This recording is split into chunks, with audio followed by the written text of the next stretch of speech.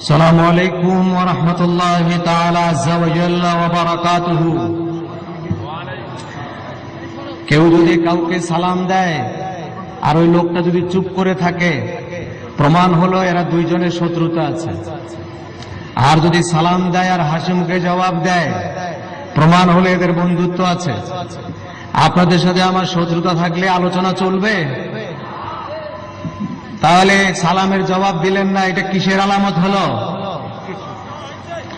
যদি মিস করেন তাহলে আরেকবার দেই, পেছনের লোকটি পর্যন্ত সবাই জোরে জবাব দিবেন, আসসালামু আলাইকুম ওয়া রাহমাতুল্লাহি ওয়া বারাকাতুহু।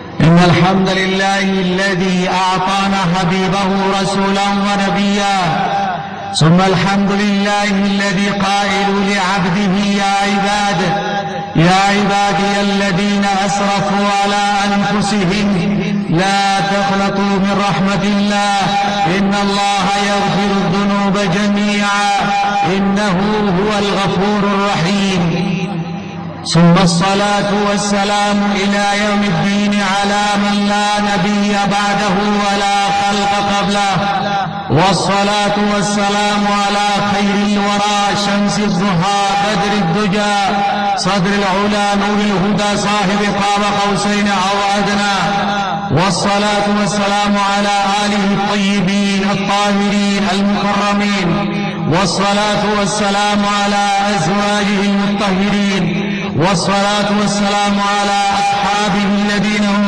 قال الله تعالى لشان أصحاب رسوله الأمين رضي الله عنهم ورضوا عنه ذلك لمن خشي ربه ومن تابعهم أجمعين فقد قال الله تعالى لشان حبيبه الكريم إن الله وملائكته يصلون على النبي يا أيها الذين آمنوا صلوا عليه وسلموا تسليما সবাই মিলে একবার দরুদ শরীফ পড়ি, আল্লাহুম্মা সাল্লি আলা সাইয়্যিদিনা ওয়া নাবিয়িনা ওয়া শাফিঈনা ওয়া হাবিবিনা ওয়া মাওলানা মুহাম্মদ আল্লাযী আশরাফাল আম্বিয়া ওয়াল মুরসালিন ওয়া আলা আলিহি ওয়া সাহবিহি আজমাইন।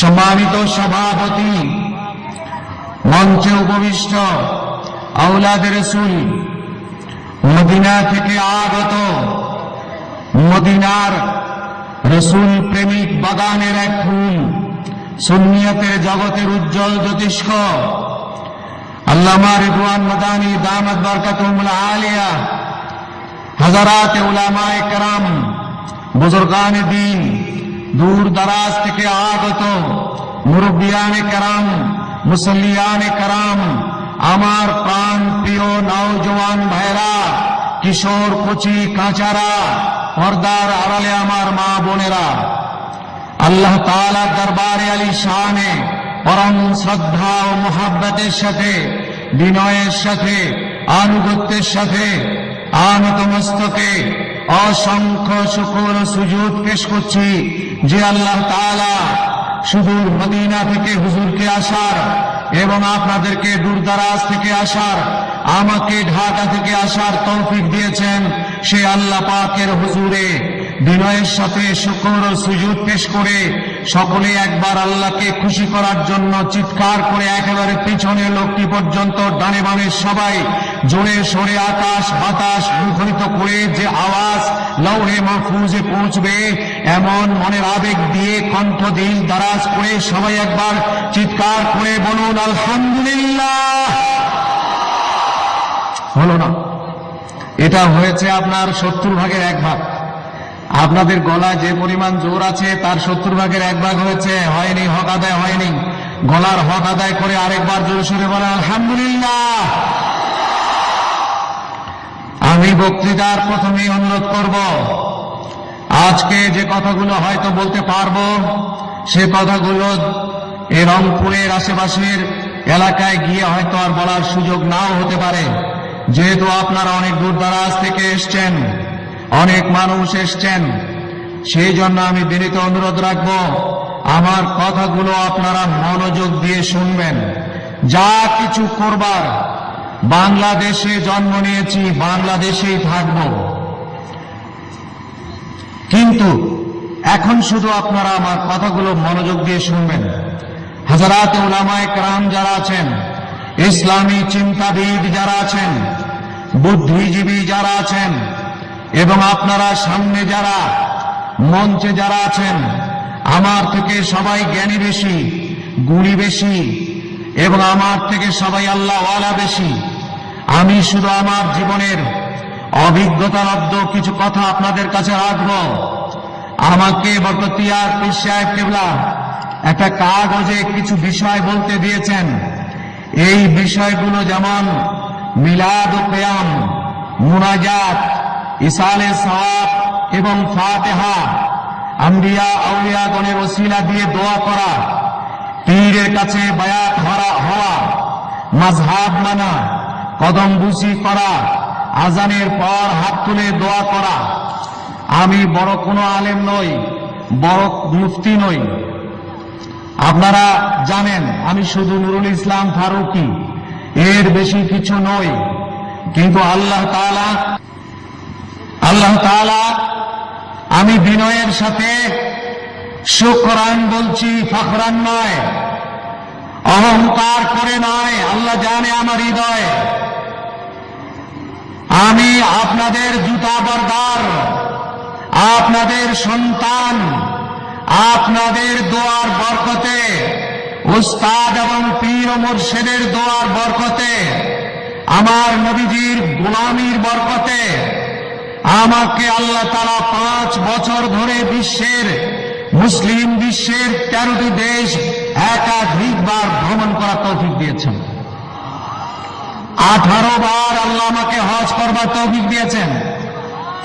2 বছর জেদ্দা বিমানবন্দর মসজিদে নামাজ পড়াবার তৌফিক দিয়েছেন। সৌদি আরবের রন্ধ্রে রন্ধ্রে 2 বছর ঘুরেছি।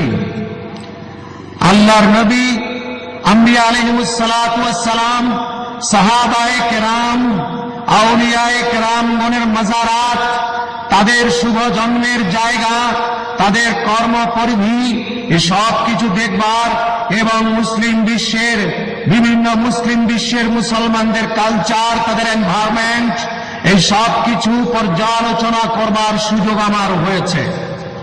শুধু এই আলোকে আমি আপনাদেরকে বলবো, কিতাবের রেফারেন্স মাওলানা আবুল কাসেম নুরি সাহেব রয়েছেন।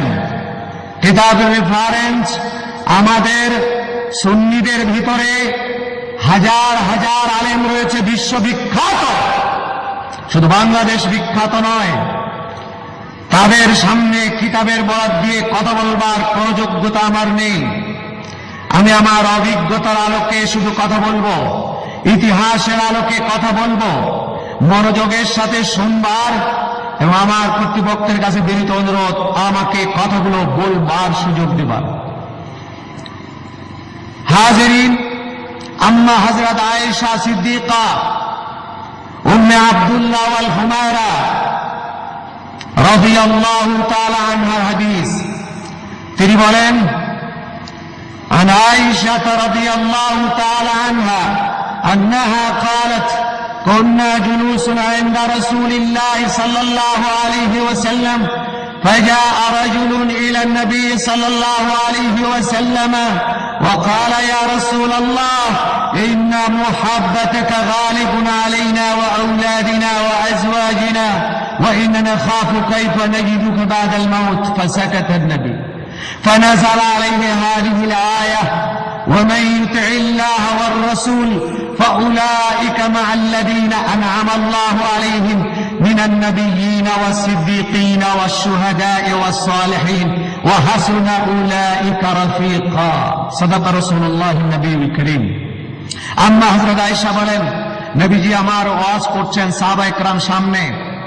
একজন মানুষ লোকের মাঝখান দিয়ে হুজুরের সামনে আসলো, দাঁড়িয়ে বলল, ইয়া রাসূলুল্লাহ, আমার প্রতি আপনার মহব্বত এত গালেব হয়েছে, আমার ছেলে মেয়ে, আওলাদ ফরজান, টাকা পয়সা, জীবন সবকিছুর ঊর্ধ্বে আপনি।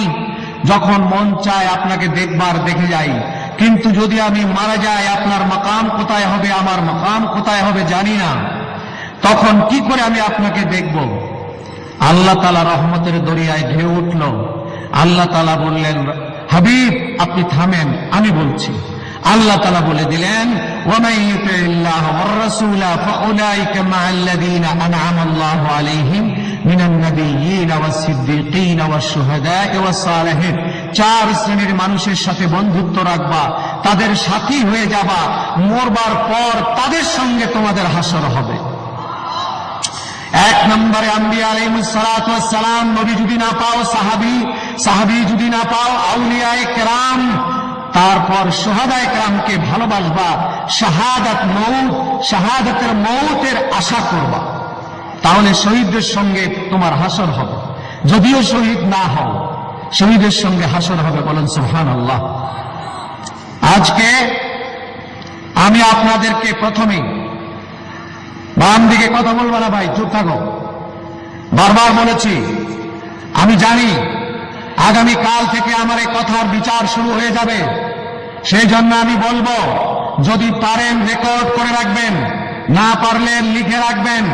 আমি আছি, বাংলাদেশেই থাকবো, আপনাদের সাথে একদিন নয়, আমার মওত পর্যন্ত আমি বসতে রাজি আছি। কিন্তু আগে মনোযোগের সাথে শুনতে হবে, ভালো করে শুনবেন, নিরপেক্ষ কান দিয়ে। 1 নম্বরে যেটা বলছি, খুব টাইটলি বলবো যেহেতু আমার সময় কম। 1 নম্বরে মানুষকে 3টা ভাগে ভাগ করা হয়েছে। 1 ভাগ হচ্ছে আসহাবুল ইয়ামিন, তারা ঈমানদার, সূরাতুল মুমিনুন, কোয়াইট ক্লিয়ার, আল্লাহতে বিশ্বাসী। 2 নম্বর হচ্ছে কাফের, যারা আল্লাহ এবং রাসূলের বিশ্বাসী নয়, পরিষ্কার আল্লাহ রাসূলের দুশমন, সূরাতুল কাফিরুন। 3 নম্বর হচ্ছে আরেকটি দল, এরা হচ্ছে মুনাফিক, কখনো এদিকে কখনো ওদিকে, এবং তারা বর্ণচোরা, তাদেরকে দেখলে বোঝা যাবে না একই লেভেলের, কিন্তু ভেতরে আরেক জিনিস। এই দলের নাম আল্লাহ তাআলা রেখেছেন মুনাফিক, সেই জন্য একটা সূরা নাযিল করেছেন, সূরাতুল মুনাফিকুন। ইযা জাআকাল মুনাফিকুন ক্বালু নাশহাদু ইন্নাকা লারাসূলুল্লাহ। এই মুনাফিক সম্বন্ধে আল্লাহ বলেছেন, হে রাসূল, আপনার কাছে ওরা আসবে, করজোরে দাঁড়াবে, রাসূল বলে মানবে, ইন্নাহুম লাকাযিবুন, খবরদার এদের কথা বিশ্বাস করবেন না, এরা মিথ্যাবাদী। তাহলে এখানে 3 দল মানুষের পরিচয় আপনারা পেলেন না, শুধু নাম শুনলেন। আমার সঙ্গে আপনারা সবাই একটু কথা বলবেন। 1 নম্বরে ঈমানদার, 2 নম্বরে কাফের, 3 নম্বরে কি? মুনাফিক। এবার আরেকটা পর্যায়ে চলে আসি, সেই পর্যায়টা হচ্ছে এই, ইসলামের দুশমন 3 প্রকার। প্রথম প্রকার দুশমন, এরা বাকি 2টা দুশমনের সৃষ্টি করে দিয়েছে। 1 নম্বরে দুশমন ইহুদি নাসারা চক্র। ইহুদি নাসারা চক্র, তারা মুসলমানের দুশমন সামনাসামনি, যারা আমার নবীর সঙ্গে 83 যুদ্ধে জড়িয়েছিল, আজ পর্যন্ত বিশ্বের মুসলমানদেরকে যারা জিম্মি করে রেখেছে, ফিলিস্তিনের 15 দিন ব্যাপী শিশু নারীদেরকে যারা হত্যা করেছে, সারা ওয়ার্ল্ডের কোন মুসলিম লিডার কি শব্দ করে নাই। সেই কাফের যারা, তারা পরিষ্কার কাফের, এবং তারা আবার 2 শ্রেণীর দুশমন আমাদের পকেটে ভরে দিয়েছে।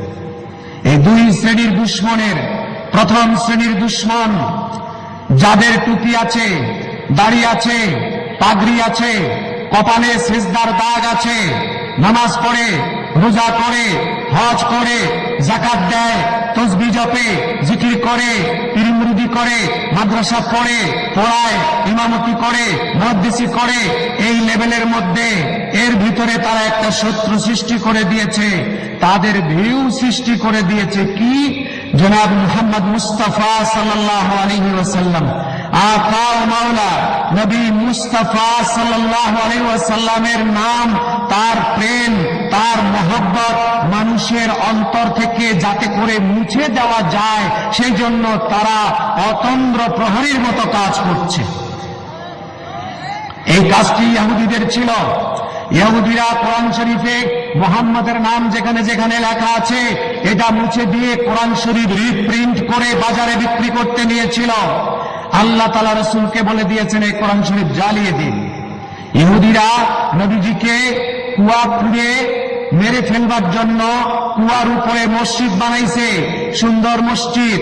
হুজুরকে দাওয়াত দিতে গেছে, এই মসজিদে নামাজ পড়াবেন আপনি, আপনি যেখানে দাঁড়াবেন সেখানে আমরা সেজদা করব। আল্লাহ তাআলা বলে দিয়েছেন যে মসজিদ আপনাকে মারার জন্য, শহীদ করার জন্য ফাঁক পাতা হয়েছে, ওই মসজিদকে আপনি আগুন দিয়ে জ্বালিয়ে দিন। রাসূলুল্লাহ আগুন দিয়ে জ্বালিয়ে দিয়েছেন। তাহলে দ্বিতীয় শ্রেণীর শত্রুর কাজ কি? নামাজ পড়বে, রোজা করবে, হজ করবে, যাকাত করবে, বাট রাসূলুল্লাহ সাল্লাল্লাহু আলাইহি সাল্লাম এবং আহলে বায়তের মহব্বত, তাদের প্রেম, তাদের আদব থেকে মানুষকে দূরে সরাতে চেষ্টা করবে। এবার তৃতীয় পর্যায়ের আরেকটা শত্রু ইহুদিরা সৃষ্টি করে দিয়েছে।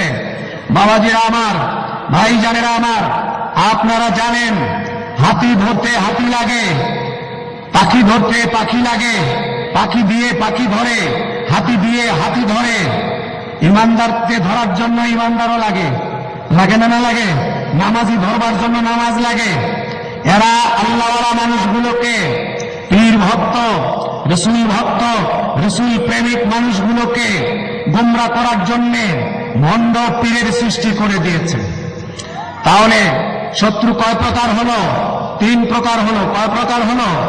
3 প্রকার। এক প্রকার শত্রু সরাসরি কাফের।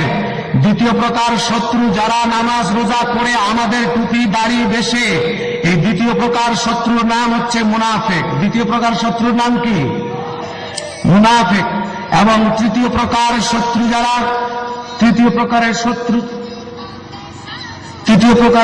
যারা, সেটা হচ্ছে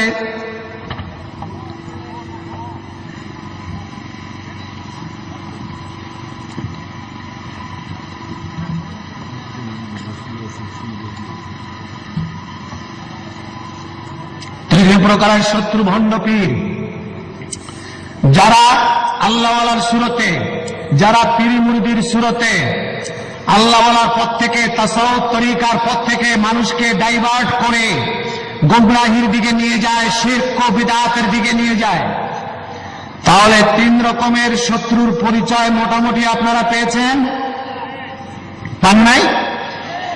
তো বলেন না কেন পেয়েছি? আমি সারাক্ষণ চিল্লাবো আর আপনি একবার জি কিংবা না এটা করবেন না? এটা কি দায়িত্ব পালন? ইনসাফ হলো এটা? ইনসাফের কথা বলুন। 3 প্রকারের শত্রু পেয়েছেন আপনারা? এবার আসেন প্রথম থেকে আমি বলি, সেটা হলো এই, দুঃখের সঙ্গে বলতে হচ্ছে ইসলামের যে কয়টা বড় ক্ষতি করেছে, যে কয়টা মেজর দুর্ঘটনা ঘটিয়েছে, ইহুদি নাসারা কোন কাফের নিজেরা ঘটায় নাই, এই 2 নম্বর শত্রু দিয়ে ঘটাইছে। 1 নম্বরে রাসূলুল্লাহকে 1 মাস কাঁদাইছেন, মা আয়েশাকে 1 মাস বিছানায় রাখছেন। মা আয়েশা দুশ্চরিত্র বদনাম ছড়িয়ে, এই কাজটা কি কাফেররা করেছিল না নামাজি করেছিল? রাসূলুল্লাহর পিছনের কাতারে নামাজ পড়েছে 470 জন মুনাফিক ছিল। তাদের সর্দার আব্দুল্লাহ ইবনে উবাই ইবনে সলুল, তাদের সর্দার আব্দুল্লাহ ইবনে যুলখুয়াইসরা আত-তামিমিয়্য, তাদের সর্দার, বাকিটার নাম বললাম না আজ পর্যন্ত যারা আছে। আমি আস্তে আস্তে বলছি, আগে হজম করতে হবে, তিতা লাগুক কানে, একটু সবুর করে শুধু পেটে নিয়ে হজম করবেন, বালিশে মাথা দিয়ে চিন্তা করবেন, আগামীকাল থেকে আমাকে ধরবেন, বাংলাদেশে বাউন্ডারিতে আছে। তারপর রাসূলুল্লাহ সাল্লাল্লাহু আলাইহি সাল্লামকে মসজিদে মারার জন্য কুয়া খুঁড়ে হুজুরকে দাওয়াত দিতে গেছিল পাগড়ি বেঁধে, তারাও নামাজি না বেনামাজি? মির্জা গোলাম আহমদ কাদিয়ানী নবী দাবি করেছিল, তার কপালে নামাজের দাগ আছে, মুখে দাড়ি আছে, মাথায় পাগড়ি ছিল, সে নামাজি ছিল কিনা? পাগড়িওয়ালা ছিল কিনা? ছিল। তারপরে যদি চলে আসেন, হযরতে ওমর ইবনুল খাত্তাবকে শহীদ করেছে যারা, এটা কি কোনো কাফের করেছে না মুসলমান নামাজি করেছে? নামাজিরা করেছে। বাতা লাগবে কথাগুলো, একটু বেখাপ্পা লাগবে, কিন্তু হক। হযরতে উসমানকে যারা শহীদ করার জন্য 40 দিন বাড়ি ঘেরাও করে রাখলো, 40 দিন তারা জামাতের সাথে আযান দিয়ে নামাজ পড়েছে, তারপর উসমানের দাড়ি ধরে টান দিয়েছে, তারপর উসমানকে শহীদ করেছে। তারপরে আমির মুয়াবিয়ার কাছে গিয়ে বলেছে ওসমানকে আলী শহীদ করেছে, মিথ্যা খবরটা আয়েশার কাছে গিয়ে বলেছে মক্কায়। আলী উসমানকে শহীদ করেছে, লাগায় দিল জঙ্গে জামাল। 83 যুদ্ধে মাত্র 449 জন মুসলমান মারা গেল।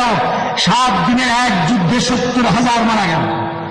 মুসলমান এই বড় ক্ষতিটা কারা কাফের করেছিল? কাফের করে নাই, আমাদের দিয়ে করাইছে। তারপরে আসেন হযরতে আলীকে যে শহীদ করেছে, সেই লোকটি এত বড় আল্লাহওয়ালা ছিল, চেহারা নুরানি ছিল, বড় দাড়ি ছিল। সে ঘুমাইলেও তার জিহ্বা জিকির করেছে। সেই লোকটি বলেছে আলীর চাইতে বড় কাফের দুনিয়ায় কেউ নাই। যে আলীকে কাফের বলবে না সেও কাফের। হযরতে আলীকে শহীদ করেছে নামাজের সময়। সেই লোকটিও নামাজি ছিল, পরহেজগার ছিল। শুধু শোনেন এক এক করে। হযরতে আলীর পর যদি আসেন, হযরতে হুসাইনের কাছে আসেন। হুসাইনকে যারা শহীদ করেছে 9 দিন ব্যাপী অবরোধ করে রেখেছে। জুমার দিন হযরতে হুসাইন জুমার শিবিরে আজান দিয়েছেন। 72 জন হযরত হুসাইনের সঙ্গী, তাদের 14 জনের দেহে আল্লাহর নবীর রক্ত সরাসরি প্রবাহিত ছিল। এই 72 জনের মধ্যে জুমার নামাজের জন্য আজান দিয়েছে। ওইদিকে পাপাত্তা মিস্টার ইয়াজিদের বাহিনী, তারা জুমার জন্য আজান দিয়েছে। 2 আজানের শব্দ এক, দুনো আজানের মধ্যে আশহাদু আন্না মুহাম্মাদুর রাসূলুল্লাহ ছিল। আজানের শব্দে বেশ কম নয়, কিন্তু 2 আজানের দাবিতে বেশ কম। এক আজানের দাবি হুসাইনকে হত্যা করে হলেও, 72 জনকে হত্যা করে হলেও, আল্লাহর নবীর আওলাদকে হত্যা করে হলেও নিজের গদি পাকাপুক্ত করতে হবে। আর হুসাইনের শিবিরের আজান 72 জনের আজানের দাবি হলো আমাদের 72 জনের জীবন দিয়ে হলেও আল্লাহর নবীর নাতি হুসাইনকে বাঁচানো, আল্লাহর দ্বীনকে বাঁচানো। সেই আজানের দাবি, সেই আজানের ধারাবাহিকতা পৃথিবীতে আজও আছে কিনা বলেন? সেই 2 আজানের 2 ভিউ এখনো আছে, ধারাবাহিকতা শেষ হয়নি। হুসাইনের পরে যদি আসেন, আল্লাহর ঘরের মতো পবিত্র জায়গা, পবিত্র ঘর, আল্লাহর ঘরে যারা আগুন দিল, আগুন দেওয়ার কাজটি হুসাইনকে যারা শহীদ করেছে, হুসাইনের শাহাদাতের পর হুসাইনের নিষ্প্রাণ পবিত্র দেহের পাশে দাঁড়িয়ে আসরের নামাজ আদায় করেছে। ওরাও তো নামাজি ছিল, এক ফোঁটা চোখের পানি কারো আসে নাই। নির্দয় তারা হুসাইনকে শহীদ করার পর আব্দুল্লাহ ইবনে জুবাইরকে শহীদ করার জন্য কাবা ঘর ঘিরে ফেলল। তিনি আল্লাহর ঘরের ভিতরে ঢুকলেন, কাবা ঘরে অগ্নি সংযোজন করা হলো। এই কাবা ঘরে আগুনটা মিস্টার বুশ দেয় নাই, ইউরোপ দেয় নাই, হিন্দুরা দেয় নাই। কাবা ঘরে আগুন যারা দিয়েছে তারাও নামাজি। কাবা ঘরের পরে যদি আমরা আসি, মসজিদে নববী পৃথিবীর শ্রেষ্ঠ মসজিদ। আল্লাহর আরশে মুআল্লায় আল্লাহর নবী স্যান্ডেল পরা দিয়েছেন। স্যান্ডেলের পায়ের তলায় একটু ধুলা, সেইটুক আরশে লাগার কারণে যদি আরশের মর্যাদা এত হয়, আর সেই নবী নিজে গোটা দেহ সশরীরে, শরীর মোবারক নিয়ে যেখানে শুয়ে আছেন, সেই জায়গার মূল্য কি আরশের থেকে কম? সেই জায়গার মূল্য আরশের থেকে বেশি। সেইখানে আল্লাহর নবী শুয়ে আছেন, যেখানে সিদ্দিকে আকবর শুয়ে আছেন, যেখানে ওমর ইবনুল খাত্তাব শুয়ে আছেন, যেখানে বেহেশতের গোটা গালিচা পড়ে আছে, যেখানে মিম্বারে রাসূল আছে, যেখানে মেহরাবে রাসূল আছে, যেখানে সুতুনে হান্নানা আছে।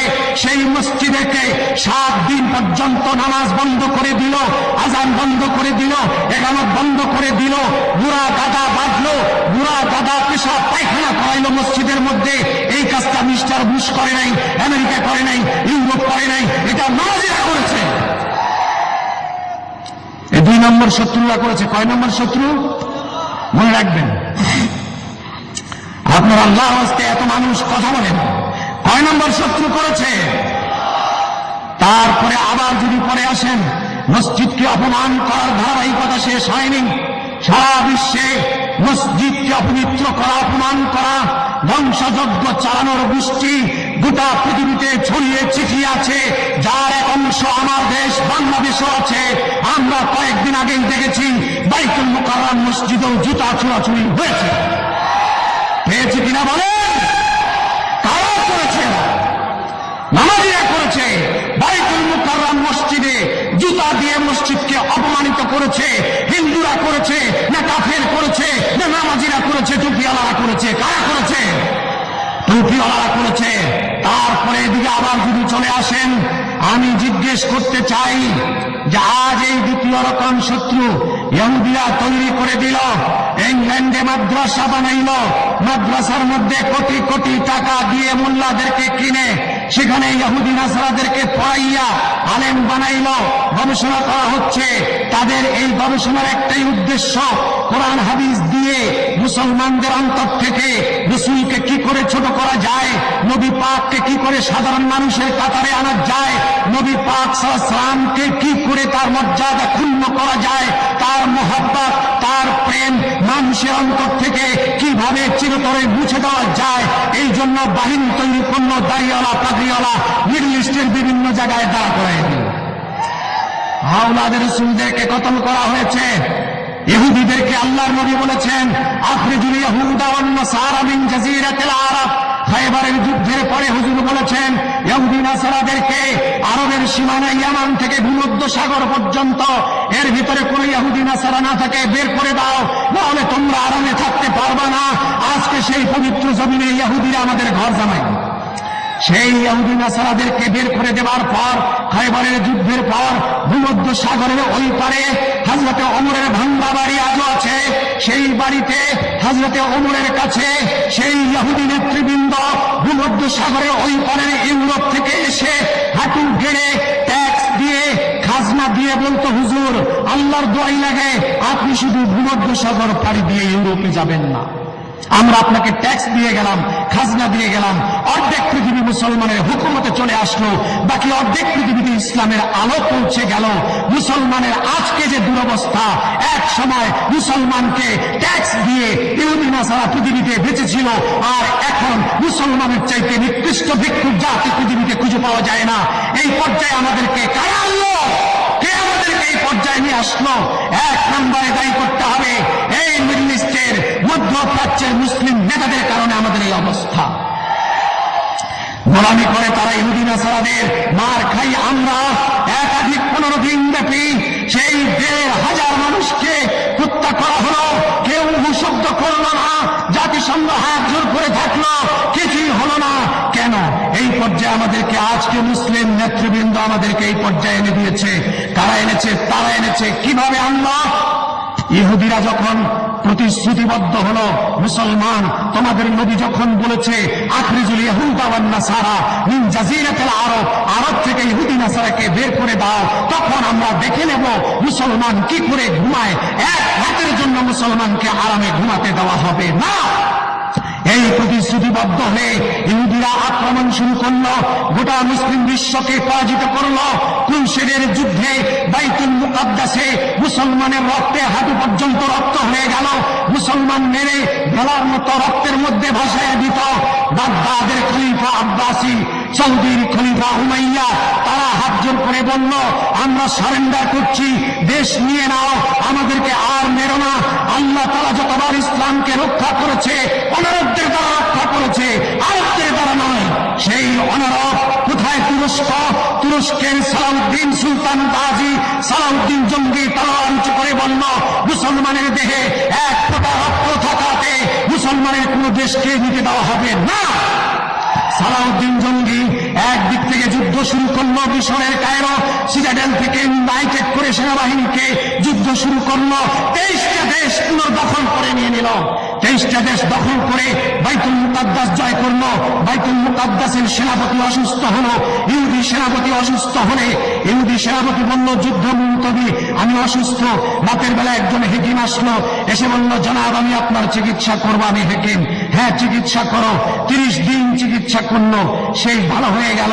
যাবার বেলায় বিদায় নিচ্ছে, তখন বলছে হেকিম সাহেব তুমি কে? পরিচয় দাও। আমার পরিচয় দেওয়া যাবে না, আপনি সুস্থ হয়েছেন, আগামীকাল থেকে আপনি যুদ্ধ করবেন, এটাই কথা, পরিচয় দেওয়া যাবে না। তোমাকে পরিচয় ছাড়াও যাবে না, বলো তোমার পরিচয় কি? সুলতান গাজী সালাউদ্দিন আইয়ুবী সেদিন ভারাত কণ্ঠে বলেছিলেন 23টা দেশ যে দখল করেছে, তোমাদের ইহুদি নাসারা চক্রের সঙ্গে যে যুদ্ধ করছে, সুলতান গাজী সালাউদ্দিন আইয়ুবীর নাম শুনেছে বলে হ্যাঁ আমি সেই সালাউদ্দিন আইয়ুবী। মুসলমান এমন কাপুরুষ নয়, অসুস্থ মানুষের উপরে আক্রমণ করে দেশ জয় করবে তা নয়, সুস্থ একজন বাহাদুরের সঙ্গে মুসলমান লড়বে। এটাই হচ্ছে মুসলমানের পরিচয়, এটাই হচ্ছে মুসলমানের সুজাত, এটাই হচ্ছে মুসলমানের বাহাদুর। যুদ্ধ শুরু হয়ে গেল। পরের দিন আবার যুদ্ধ হলো। সেই যুদ্ধে বাইতুল মুকাদ্দাস বিজয় হলো। বাইতুল মুকাদ্দাসের মেম্বারে দাঁড়িয়ে সালাউদ্দিন আইয়ুবী সেদিন বলেছিল এ মুসলিম নেতৃবৃন্দ শুনে রাখো, 3টা দোষ কারণে আজকে তোমরা এই পর্যায়ে গিয়েছিলে। ওই 3টা দোষ যেন তোমাদের ভিতরে আর ফিরে না আসে।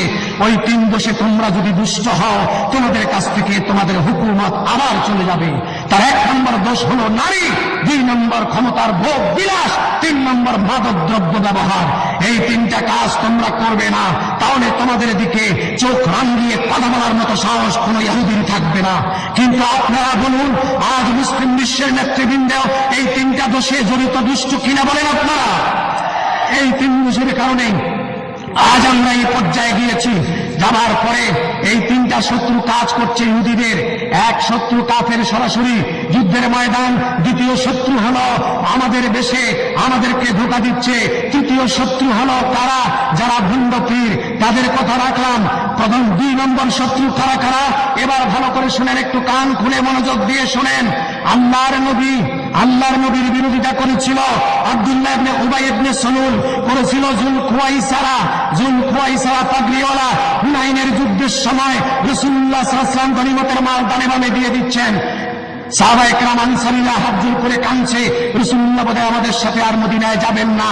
আর জুলখুয়াইসারা বড় পাগড়িওয়ালা দাঁড়িয়ে গেল, মা আনসাফতা ইয়া রাসূলুল্লাহ, আপনি ইনসাফ করতে পারলেন না। আপনি তো আমাদেরকে দেখা উচিত ছিল, আপনি কেন আপনার আত্মীয় স্বজনকে সব দিয়ে ফেললেন? রাসূলুল্লাহ বললেন, ওয়াই হাকা ওয়া মান ইয়াদিল ইসলাম আদিল, এই কপাল পোড়া, আমি যদি ইনসাফ করতে না পারি কে ইনসাফ করবে বল? হযরত ওমর তলোয়ার খুললেন, আজিলনি ইয়া রাসূলুল্লাহ আন উকতালা উনকাহু, আমাকে হুকুম দেন আমি তার গর্দান ফেলে দেব। হযরত খালিদ ইবনে ওয়ালিদ লাঠি উঠাইলেন, হুজুর আমাকে হুকুম দেন আমি তার গর্দানে বাড়ি দেব। আল্লাহর নবী বললেন, লা আতরুকহু, ছেড়ে দাও তাকে, মেরো না। তার পরিচয় শুনে নাও। এই লোকটির বিস্তৃতি কিয়ামত পর্যন্ত নসবি আর নিসবতি আওলাদ কিয়ামত পর্যন্ত থাকবে। তাদের চরিত্র তোমরা জেনে নাও। তারা টুপিতে, দাড়িতে, পাগড়িতে, লিবাসে, তসবিতে, জিকিরে, তিলাওয়াতে, নামাজে, ওয়াজে সবচেয়ে ভালো হবে। কালামুহুম কা কালামিল আম্বিয়া, সূরাতুহুম কা সূরাতিল মালায়েকা। তাদের কথা হবে নবীদের মতো, সূরত হবে ফেরেশতার মতো। কিন্তু মনে রেখো, তাদের সঙ্গে ইসলামের সম্পর্ক তীর এবং শিকার। শিকার হলো পাখি, পাখির শিকার। তীর যদি পাখিকে মারেন আপনি, তীর গিয়ে পাখিকে চুমু দিয়ে আদর করবে, কি করবে? পাখির পেট ছিদ্র করে দিয়ে পাখিকে মেরে ফেলবে। পাখির সঙ্গে যেমন, শিকারের সঙ্গে যেমন তীরের কোনোদিন বন্ধুত্ব হয় না, ঠিক তেমনি এই লোকগুলো হবে তীর, ইসলাম হবে পাখি। এই লোকগুলো হবে তীর, ইসলাম হবে পাখি। আজকে মিস্টার, মাস্টার, ডাক্তার, ইঞ্জিনিয়ার, তারা ভয়ের কারণ নয়, ঈমান আকীদার জন্য হুমকি। ভয়ের কারণ আমার মতো হুজুর। কোন মিস্টার, কোন মাস্টার, কোন ডাক্তার এই কথা বলে নাই যে রাসূলুল্লাহ কবরটা তুলে ফেলে দাও, সবুজ গম্বুজ ভেঙে দাও। এ কথা কি কোন মাস্টার মিস্টার বলেছে? মিস্টার আলবানী, নাসিরউদ্দিন আলবানী তাহযীবুস সাজিদ কিতাবের মধ্যে আব্দুর রহমান কওমেতি সে আহকামুল জানায়েজ ওয়া বিদুহা, এই কিতাবের মধ্যে, হুজ্জাতুন নবী কিতাবের মধ্যে লিখেছে রাসূলুল্লাহ রওজা, ওরা রওজা বলে না, রওজা বললে রাসূলুল্লাহকে ইজ্জত দেওয়া হয়। এই জন্য রাসূলুল্লাহ সলিমউদ্দিন কলিমউদ্দিন জবিরউদ্দিনের পুত্রের মতো একজন আব্দুল্লাহর পুত্র রাসূল, তাকে ও মর্যাদা দেওয়া যাবে না। সেই জন্য তার রওজাকে রওজা না বলে কবর লিখে বলেছে রাসূলুল্লাহ কবরটাকে মসজিদে নববী